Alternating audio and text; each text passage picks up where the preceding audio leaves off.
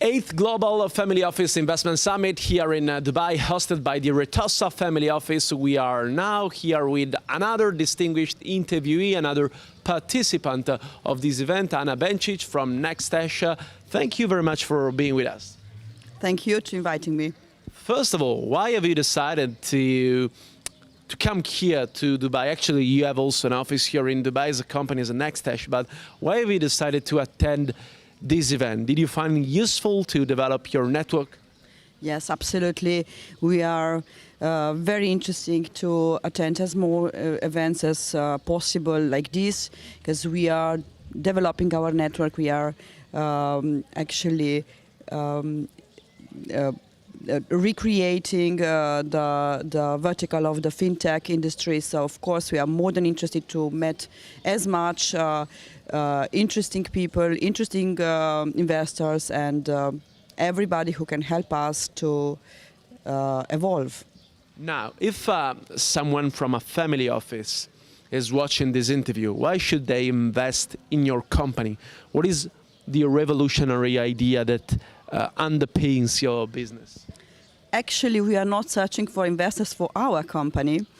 We are actually creating the network of investors that will be enabled to invest into the network of STOs that we will be presenting them in the future.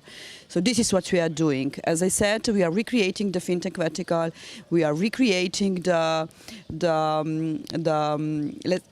don't know really how to more specifically explain it, but we are recreating the system of collecting funds for the interesting asset-backed projects that are needed that are in need of funding. This is what we are actually doing. Now, you have mentioned STOs. Yeah. We are coming from the age of ICOs, which started at the end of 2016, then they boomed in 2017, and then they were victim of regulation. What makes an STO more efficient and more reliable compared with an ICO? So first of all, I will be very, very clear that we were following the ICOs from when they were born, and I was always against the system of collecting funds for the ICOs, because it was not safe, it was not reliable, and investors, people who were investing, were not somehow ensured they wouldn't be losing the money.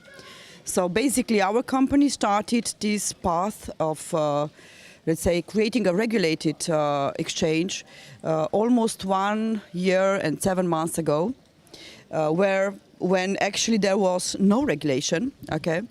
And I believe that one of the first people talking about STOs and the need of regulation and, you know, all the compliance part and everything that was needed to somehow regulate this market.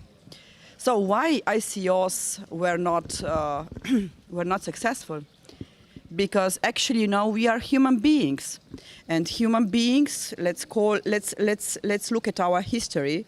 We are not always honest with other people. Okay, so I believe it depends on who we are as people, as creatures, that we like to fraud other people. I believe this is in our nature, and we also like to gamble. It's in our nature. This is why these ICOs were a big, not mistake, okay, but scam, because they were not controlled, they were not regulated, they had absolutely none insurance for the investors, and of course, people were misusing them. And fortunately, time came along. Our time came by where, in fact, also the regulators started to say, "Oh, there is something wrong with that. So we have to do something, and let's start regulating," you know. And this is what happened. So I'm happy we are at that point. So we are a regulated exchange, and we are following all the rules of the financial markets and regulators where we are based, and that's it. So this is the distinctive feature of your business, the regulation, the fact that you are following the rules and you are abiding by them, right? Exactly. And we started that when there was no need to follow rules. So I didn't even want to start without having the right licenses on our company. Now, getting back to this event, to this investment summit for global family offices, have you found the investment community reactive to your ideas, your core business throughout these 2 days? So, of course, there is a lot of interest in blockchain-based companies. They know this is the future. However, I believe that there will be still follow-ups after this event, because people need to understand what we are doing and what we are proposing, and of course how we are managing the investors network and their their investments. How we don't actually advise, but we explain them how they are protected going through our platform. Well, Anna, thank you very much for this interview and for your participation. Thank you. Thank you. And thank you for having watched us.